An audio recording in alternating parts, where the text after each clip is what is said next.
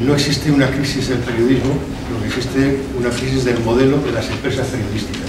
Es un problema, sobre todo de la gente que tiene invertido dinero en las empresas periodísticas. Y es un problema para los periodistas que dejan de tener trabajo. El año pasado creo que fue uno que cada 4 puestos de trabajo de periodistas se perdió. El problema de cómo se paga es lo esencial de la crisis en la que nos estamos encontrando.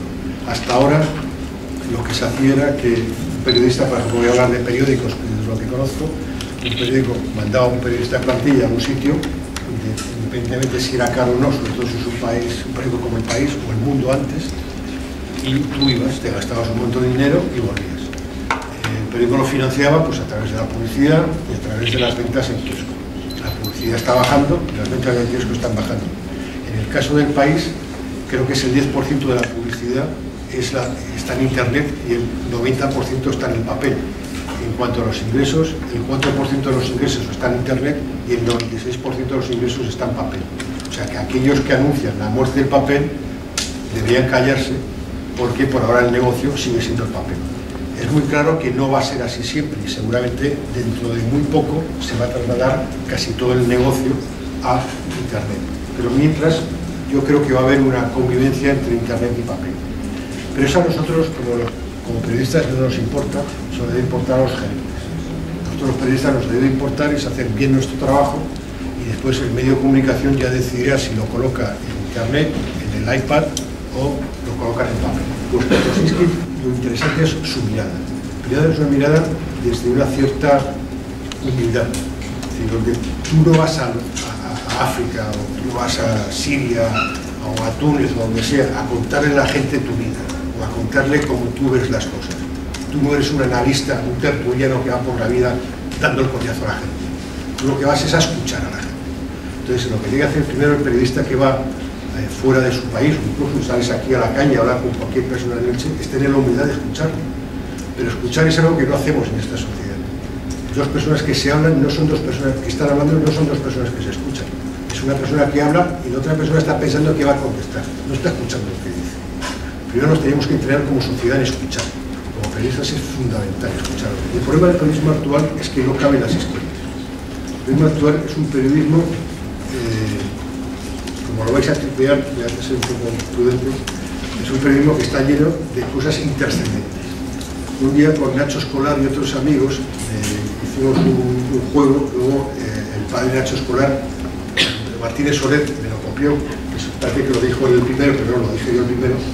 Luego Nacho Escolar le añadió un elemento interesante, y es que si por ejemplo cogéis los periódicos y contáis el número de corbatas que hay en los periódicos, veréis que casi todas las fotos donde hay corbatas lo que es periodismo declarativo. Siempre hay un titular de alguien dice, afirma, asegura, o peor, titulares que dice fulano cree, o sea, nosotros sabemos lo que cree, o fulano piensa, sabemos lo que piensa. Los políticos ahora, sobre todo cuando están en campaña, dicen, no, vamos a hacer una autopista. Entonces ya tienen titular de vamos a hacer autopista. ¿Qué titular es? Si mañana se levanta un tío diciendo vamos a asfaltar el mar, también sea su titular, no. Entonces, todo eso llena páginas y páginas y páginas y luego no caben las historias. Entonces el juego era que si contáis el número de corbatas en un periódico y lo dividís por el número de páginas, os dará el índice de aburrimiento del periódico. Los periódicos son muy aburridos. Y en internacional, si contáis las veces que sale Obama, contáis las veces de la palabra Obama y lo dividís por número de páginas de la sección internacional, os dará el índice. Este es un trabajo que te vas pasando el testigo uno a otro. Después es un trabajo que es de larga duración, es un trabajo que es un maratón. Muchos de vosotros pensaréis que es un trabajo de 100 metros lisos, no. Y además este trabajo tampoco sirve para ser princesa, porque el único puesto libre que había ya se ha ocupado.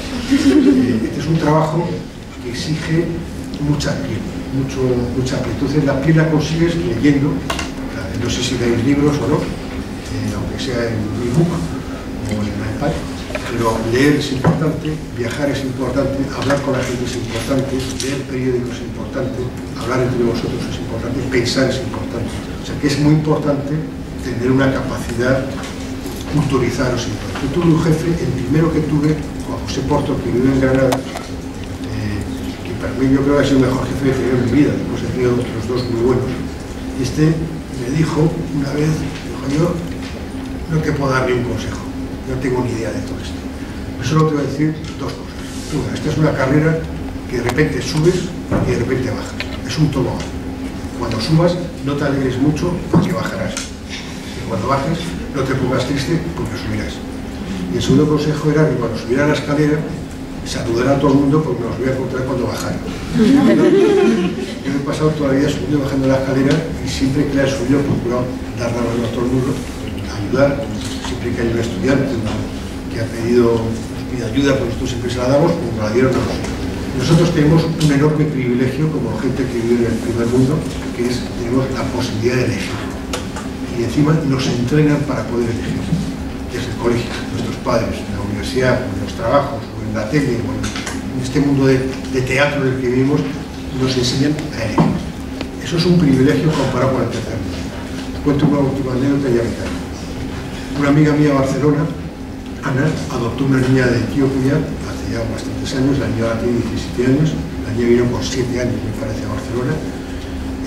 Esta niña venía de una familia en la que había muerto el padre de SIDA, la madre había caminado no sé cuántos kilómetros con su hermano y con ella a un centro en el norte de Etiopía de las Hijas de la Caridad, que son las monjas estas de Tercera Junta. Yo soy ateo, pero estas monjas, entre otras muchas, me gustan mucho, porque hacen un trabajo estupendo. Este centro es un centro que solo tienen colchones en el suelo para que la gente tenga el derecho a morir al menos en un colchón. Ahí llegó la madre con esta niña, con su hermano. Murió la madre, de SIDA también, murió la hermana. Ella estaba sana, por lo cual pasó a otra parte del centro que nos dan adopción. En Barcelona hay alguna ONG o varias que se dedican a adoptar niños en Etiopía. Entonces hay muchos, no sé si muchos, pero algunos niños etíopes que han llegado a Barcelona por esta niña. Ana y su marido fueron a buscar a esta niña, que ya les habían asignado. Cuando llegó a Addis Abeba, lo primero que la niña se quedó sorprendidísima es que en el váter había agua que se iba. Nunca había visto eso.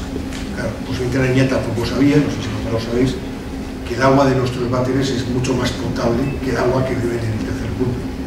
Que los 5 litros que caben en nuestro váter es lo que tiene una familia en Etiopía para sobrevivir durante un día, para hacer todo, para lavarse, para comer, para cocinar, para todo. Esta niña también nos sorprendió mucho lo de la luz, que tú aprietas un botón y se enciende la luz, nunca había visto nada. Pero cuando llegó a Barcelona, y esta es la anécdota que os quiero decir sobre lo de elegir, le llevaron a una pastelería, creyendo que le estaban haciendo un favor, y le dijeron, bueno, ¿qué es lo que quieres? La niña miró los pasteles y se echó a llorar.